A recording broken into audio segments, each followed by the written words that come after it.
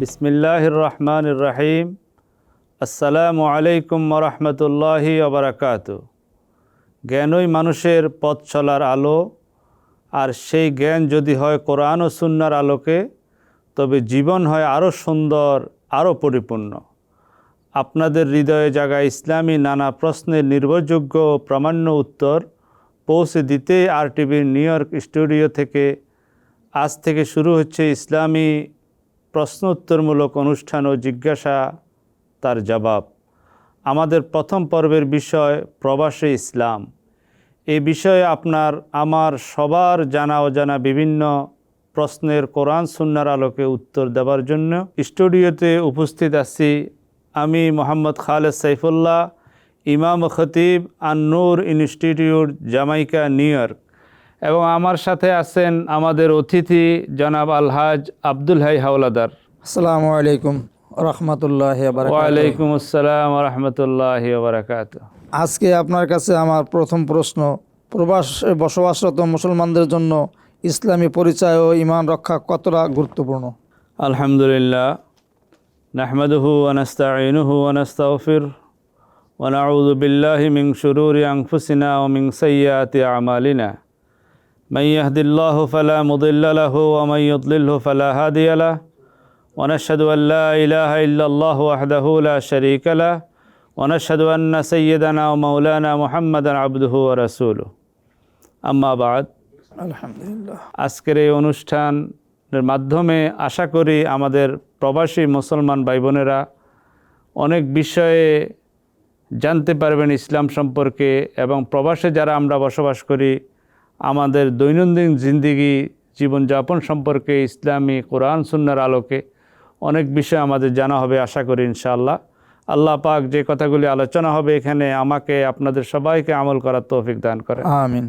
প্রথম প্রশ্ন ছিল, প্রবাসে ইসলাম ও ঈমান আকীদা রক্ষা করা প্রবাসীদের জন্য কতটুকু জরুরি? আমরা যারা বিশেষ করে পশ্চিমা দেশে বসবাস করি, এই সমস্ত দেশের মুসলমানদের ঈমান ও ইসলামের উপর টিকে থাকা, আর আমরা যারা এশিয়াতে ভারত, বাংলাদেশ, পাকিস্তান বা মুসলিম রাষ্ট্রগুলিতে যারা আমরা বসবাস করি থাকি, তাদের ঈমান ও ইসলামের উপর বেঁচে থাকাটা একটা ভিন্ন বিষয়। ওই সমস্ত দেশগুলি মুসলিম দেশ, মুসলিম কান্ট্রি, সেখানে আমাদের পরিবেশ, আমাদের পরিস্থিতি, আমাদের সমাজ, আমাদের বাজার, আমাদের ঘর বাহির সব জায়গায় সব মুসলমান। পশ্চিমা দেশে যারা আমরা বসবাস করি, বিশেষ করে আমেরিকাতে, আমেরিকার মতো আরও বিভিন্ন দেশে, এই সমস্ত দেশে ইসলামের উপর ঈমানের উপর টিকে থাকা, ওই যে রাসূলুল্লাহ সাল্লাল্লাহু আলাইহি ওয়াসাল্লাম বলছেন যে কিয়ামতের আগে এমন এক জমানা আসবে যে জমানায় হাতের তালুতে জ্বলন্ত আঙ্গার রাখা যত মুশকিল হবে, ঈমান রাখা এর থেকেও বেশি কষ্ট হবে। তো এই সমস্ত দেশের আমাদের চতুর্দিকের পরিবেশ পরিস্থিতি সব হইল কুফর আর শিরকি পরিস্থিতি, সব হইল বেঈমানি পরিস্থিতি। এই জন্য বিশেষ করে এই পশ্চিমা দেশগুলিতে ঈমান ও ইসলামের উপর টিকে থাকা অত্যন্ত জরুরি এবং গুরুত্বপূর্ণ। এখন এটা কিভাবে টিকে থাকা যাবে? বিশেষ করে আমাদের যে সমস্ত এলাকাগুলিতে আমেরিকাতে মুসলিম কমিউনিটি আছে, মসজিদওয়ারি মহল্লা আছে, এই আমাদের সমাজের আমরা যারা মুসলমান আছি আমরা নিজেরা এবং আমাদের বাচ্চাদেরকে যদি এই মুসলিম কমিউনিটির সাথে একটু সম্পর্ক যোগাযোগ রাখা যায়, মসজিদগুলির সাথে একটু সম্পর্ক রাখা যায়, একটু বাচ্চাদেরকে মসজিদে পাঠানো যায়, বাচ্চাদেরকে আমরা নিজে নামাজ পড়তে বাচ্চাদেরকে মসজিদে নিয়ে যাওয়া, মা বোনদেরকেও এই সমস্ত ইসলামী অনুষ্ঠানগুলিতে মসজিদে শরিক করানো, বাচ্চাদেরকেও শরিক করানো, এভাবে ইসলামী পরিবেশের সাথে যদি আমরা নিজেরা এবং আমাদের ফ্যামিলির লোকজন বাচ্চাদেরকেও যদি ইনশাল্লাহ একটু জোর মিলে রাখতে পারি, তো আশা করা যায় ইনশাল্লাহ ঈমান ও ইসলামের উপর টিকে থাকা আমাদের জন্য অত্যন্ত সহজ হবে। এবং বিশেষভাবে যে সমস্ত হক্কানি ওলামায়ে কেরাম আছেন, এই ওলামায়ে কেরামদের সাথেও আমাদের একটু সম্পর্ক রাখা, যাতে আমাদের বাচ্চারা আলেম ওলামা চিনে। আমি হয়তো একদিন থাকবো না, আমার ওয়াইফ থাকবে না, কিন্তু আমার বাচ্চারা যাতে এই দেশের পরিবেশ পরিস্থিতিতে তারা বিকৃত না হয়ে যায়। তো এভাবে ইনশাল্লাহ যদি আমরা সমাজের সাথে মুসলিম কমিউনিটির সাথে মিলে থাকি, আশা করি ইনশাল্লাহ ঈমান ও ইসলামের উপর থাকা এবং ঈমান নিয়ে দুনিয়া থেকে যাওয়া আমাদের জন্য সহজ হবে ইনশাআল্লাহ। আপনার কাছে পরবর্তী প্রশ্ন, অমুসলিম সংখ্যাগরিষ্ঠ সমাজে ইসলামের দাওয়াত এবং উত্তম চরিত্রে প্রদর্শনের সঠিক পদ্ধতিটা কি? মাশাআল্লাহ, বহুত গুরুত্বপূর্ণ এবং সুন্দর একটা প্রশ্ন করছেন। আমাদের হযরত মাওলানা সৈয়দ আসজাদ মাদানী রহমতুল্লাহ আলাইহি বলতেন, ইসলাম তলোয়ার কে জোর সে नहीं आया, ইসলাম মোহাম্মদ আরবি কে আখলাক সে আয়া। দুনিয়াতে ইসলাম কায়েম হয়েছে, ইসলামের শুরু জমানা এবং ইসলাম প্রতিষ্ঠিত হওয়া, এটা মুসলমানের আখলাক, মুসলমানের উত্তম চরিত্র দিয়েই দুনিয়াতে ইসলাম জিন্দা হয়েছে। এই জন্য আমরা মুসলমানেরা অমুসলিম সমাজে যারা আমরা বসবাস করি, আমরা আমাদের আখলাক, চরিত্র, সুন্দর ব্যবহার, সুন্দর ভালোবাসা দিয়া যদি কাফের এই সমস্ত বিধর্মী দেশে চলতে পারি, তো ইনশাআল্লাহ আশা করা যায় যে আমাদের এই সমস্ত সুন্দর আখলাক, চরিত্র, কথাবার্তির মাধ্যমে প্রভাবিত হয়ে কাফের মুশরিকরা ইনশাআল্লাহ ইসলাম গ্রহণ করবে, এ আশা করা যায়। যেমন আমরা একজন কাফের মুশরিকের দোকান থেকে আমি একটা কিছু খরিদ করলাম, অমুসলিম ভাই হয়তো কিছু টাকা আমাকে বেশি দিয়ে দিছে, তো আমি যদি বুঝতে পেরে ওই টাকাটা ভাইয়ের কাছে নিয়ে পৌঁছাই দিই, ভাই আপনি তো আমাকে কিছু টাকা ফেরত বেশি দিয়ে দিয়েছেন, 10 টাকা, $10, তো এই জন্য এই টাকাটা আপনি রেখে দেন আপনার টাকা। তখন আমি মুসলমান হিসেবে তখন ওই দোকানদার ভাই মনে করবে যে এটাই তো মনে হয় যে রিলিজিয়াস হিসাবে, তাই সে আমাকে বিচার করবে, আমাকে জাস্টিস করবে যে মুসলমান কত সুন্দর তাদের আখলাক, 10 টাকা বেশি গেছে, সে আমাকে আয়সা ফেরত দিয়ে গেছে। তো এই জন্য সর্বক্ষেত্রে, সর্ব অবস্থায় আমরা সুন্দর আখলাক, কথাবার্তি, আমাদের চলাফেরা দিয়া যদি আমরা এই দেশের মানুষকে আকৃষ্ট করতে পারি, তো ইনশাআল্লাহ তারাও ইসলামের ছায়াতলে ইনশাআল্লাহ আসবে। কর্মব্যস্ত জীবনে 5 ওয়াক্ত নামাজ ও জুমা নামাজ, অন্যান্য ইবাদত সঠিকভাবে আদায়ের ক্ষেত্রে ইসলামের নির্দেশনা কি? মাশাআল্লাহ, বহুত বড় গুরুত্বপূর্ণ এবং সুন্দর প্রশ্ন করছেন। আমাদের ইবাদত, আমাদের নামাজ, আমাদের রোজা, আমাদের জুমা, এগুলিকে আমরা আমাদের কাজ থেকে বাদ দিয়ে দিছি। আমরা মনে করতেছি যে আমাদের গাড়ি চালানো আমাদের কাজ, দোকানে চাকরি করা আমার কাজ, আর এই সমস্ত নামাজ, রোজা, ইবাদত এগুলি আমার কাজ না। আসলে মূলত আমরা যদি সবগুলিকে আমাদের কাজ মনে করি, যেরকম আমার খাওয়া আমার কাজ, আমার জরুরত সারা এটা আমার কাজ, তো এরকমভাবে নামাজ পড়া, জুমার নামাজ পড়া এটাও আমার কাজ, গাড়ি চালানো আমার কাজ। কাজ যদি সবগুলিকে মনে করি, তাইলে ইনশাল্লাহ আমাদের জন্য নামাজ পড়া, জুমার নামাজ পড়া সহজ হয়ে যাবে। বিশেষ করে এই প্রশ্নটার খাত ভিত্তিক এক এক ব্যক্তির জন্য এক এক রকমের উত্তর হইতে পারে। বাকি এই বিষয়ে কাহারও ব্যক্তিগতভাবে যদি কোনো সমস্যা থাকে, কাজের জায়গায় কাজ করতে, নামাজ পড়তে বা কোনো বিষয়ে, তখন সে কোনো ভালো স্কলার এবং মুফতি সাহেবের সাথে আলোচনা করলে জিনিসটা আরও সুন্দর, ব্যক্তিগতভাবে সে প্রশ্নের উত্তর পেয়ে যাবে ইনশাআল্লাহ। আমাদের প্রত্যেকের উপরে 5 ওয়াক্ত নামাজ, জুমার নামাজ এগুলি পড়া ফরজ, এগুলি আমাদেরকে পড়তে হবে। কাজের ফাঁকে ফাঁকে তাদের সাথে সুন্দর কথা বলে আমরা এদের ব্যবস্থা করা আমাদের জন্য জরুরি। ধন্যবাদ আপনাকে। আপনার কাছে পরবর্তী প্রশ্ন, প্রবাসে সন্তানদের ইসলামী মূল্যবোধ, ভাষা, সংস্কৃতির সঙ্গে যুক্ত রাখতে অভিভাবকদের করণীয় কি? আমাদের সন্তানগুলি আমাদের ভবিষ্যৎ কর্ণধার হবে। এই সন্তানগুলিকে যদি আমরা দিন শিখাই, ইসলাম শিখাই, তাহলে আমাদের এই সন্তানগুলি আমি ইন্তেকালের পরেও আমাদের সন্তানেরা আমাদের জন্য দোয়া করবেন, নামাজ পড়বেন, ইসলামের সাথে লেগে থাকবেন। আমাদের সংস্কৃতি হইল আমরা বাঙালি, এই জন্য বাঙালি কথা বলা, বাঙালি সংস্কৃতির সাথে আমাদের বাচ্চাদেরকে মিলে ঝুলে রাখা। যে সমস্ত মসজিদগুলিতে মক্তব আছে, উইকেন্ড ক্লাস হয়, যখন এখন সামার ক্লাস চলতেছে, আমাদের বাচ্চাগুলিকে আমাদের কমিউনিটির ওই সমস্ত মসজিদগুলিতে দিয়া যদি কোরআন শিখাই, এবং আমাদের ঘরের মধ্যে যে বাঙালি সংস্কৃতি আছে, ইসলামী সংস্কৃতি, এগুলি যদি আমরা চর্চা করি বাচ্চাদের সাথে, তো ইনশাল্লাহ আমরা দুনিয়া থেকে চলে যাওয়ার পরেও আমাদের বাচ্চারা ইনশাল্লাহ আমাদের ইসলামী সংস্কৃতি থেকে, বাঙালি সংস্কৃতি থেকে তারা হারাইয়া যাবে না, তারা এটার সাথে থাকবে ইনশাল্লাহ। যে আমাদের বাচ্চারা স্কুলে পড়তে পড়তে, স্কুলে কথা বলতে বলতে, স্কুলের চাল চলনে, স্কুলের কৃষ্টি কালচারে দেখতে দেখতে যাতে তারা পাশ্চাত্যের, পশ্চিমাদের কালচারে যাতে প্রভাবিত না হয়, এই জন্য আমাদের অভিভাবকদের বহুতই গুরুত্বপূর্ণ ভূমিকা রাখা জরুরি, যে আমাদের বাচ্চারা যাতে আমাদের বাঙালি কৃষ্টি কালচার, ইসলামী কৃষ্টি কালচারের সাথে যাতে তারা নিজেকে ওতপ্রোতভাবে জড়াইয়া রাখতে পারে, এই জন্য আমাদের এই ব্যাপারে ভূমিকা রাখা প্যারেন্টসদের বহুত বড় জরুরি বিষয়। প্রবাসে হালাল উপার্জন, হালাল খানা নিশ্চিত করার ক্ষেত্রে কোন বিষয়ের উপর সবচেয়ে বেশি গুরুত্ব দিতে হবে? দেখেন, বিশেষ করে আমরা যারা পশ্চিমা দেশে থাকি, আমেরিকাতে থাকি, তো এই দেশে সব জায়গায় হয়তো হালাল পাওয়া যায় না। বাংলাদেশে কোনো রেস্টুরেন্টে, কোনো মিটের দোকানে যাইয়া জিজ্ঞাসা করতে হয় না ভাই হালাল না হারাম, কোনো রেস্টুরেন্টে যাই জিজ্ঞাসা করতে হয় না হালাল না হারাম। কিন্তু এই দেশে আলহামদুলিল্লাহ শরিয়া বোর্ড আছে এবং শরিয়া বোর্ডের দ্বারা সার্টিফাই করা বিভিন্ন হালাল রেস্টুরেন্ট আছে। আমি যদি ইচ্ছা করি যে আমি হালাল খাবো, আমি হালাল রুজি কামাই করব, তো ইনশাআল্লাহ আমার জন্য আল্লাহ হালাল খাওয়ার ব্যবস্থা করে দিবেন। এখন যারা অমুসলিম আছে, হালাল খানা যে ভালো সুস্বাদু, এই খানার ভালো এবং সুস্বাদুর বরকত এটা অমুসলিমরাও এখন বুঝে। এখন অমুসলিমরাও দোকানে যায় জিজ্ঞাসা করে হালাল খানা কোথায় আছে। বিভিন্ন এই যে দূরদেশ উবারে তারাও ওই যে অমুসলিমরাও হালালের অর্ডার দেয় হালাল রেস্টুরেন্ট থেকে। এই জন্য আমরা যদি চেষ্টা করি ইনশাল্লাহ আমি হারাম খাবো না, তো ইনশাল্লাহ হালাল রেস্টুরেন্টের এই দেশে অভাব নাই।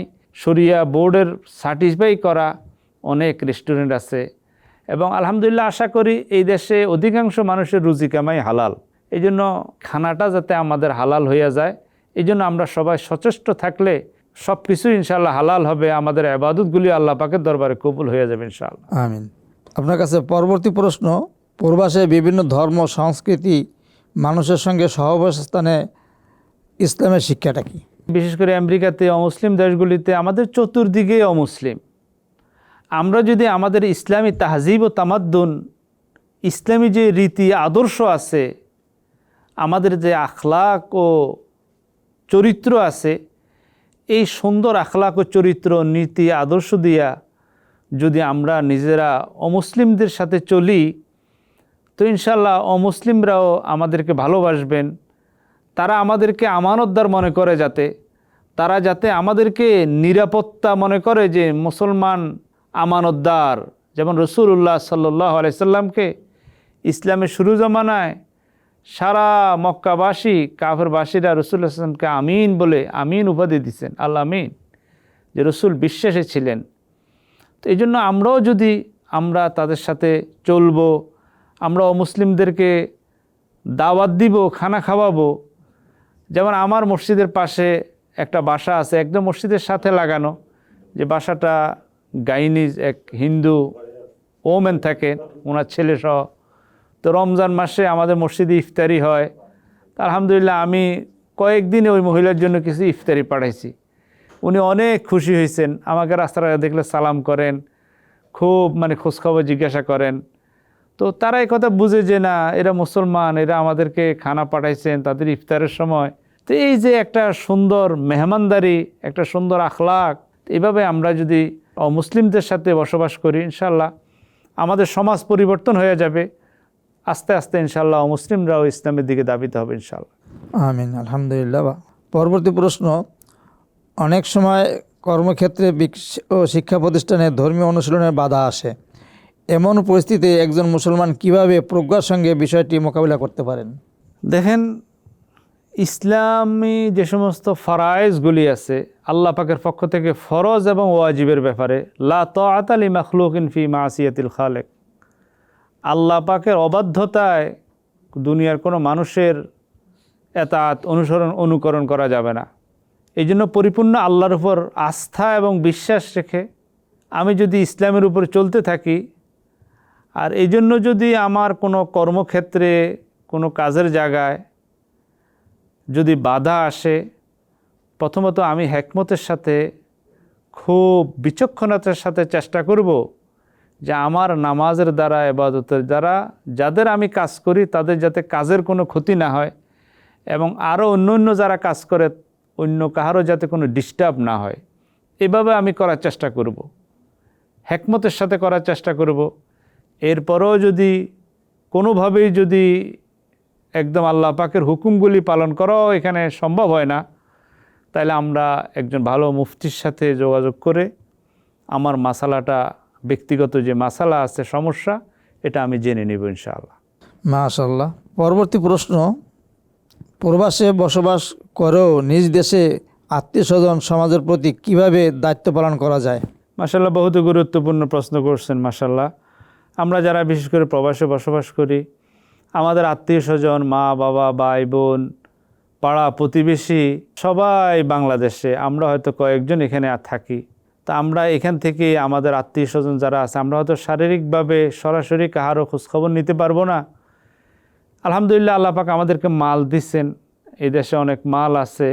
আমরা আমাদের যে সমস্ত গরিব আত্মীয় স্বজন আছেন, আমাদের যে সমস্ত দুর্বল পাড়া প্রতিবেশী আছে, আমরা যদি এই দেশ থেকেই দেশে খোঁজখবর নিয়ে ওই দুর্বল পাড়া প্রতিবেশী গরিব আত্মীয় স্বজনের জন্য কিছু খেদমত করি, মালিভাবে সহযোগিতা করি, তো ইনশাল্লাহ এটাও আমাদের সামাজিকভাবে আমাদের ইসলামী রীতিনীতি অনুযায়ী আমাদের পাড়া প্রতিবেশীর হক আদায় করা, আত্মীয় স্বজনের হক ইনশাল্লাহ আদায় হয়ে যাবে।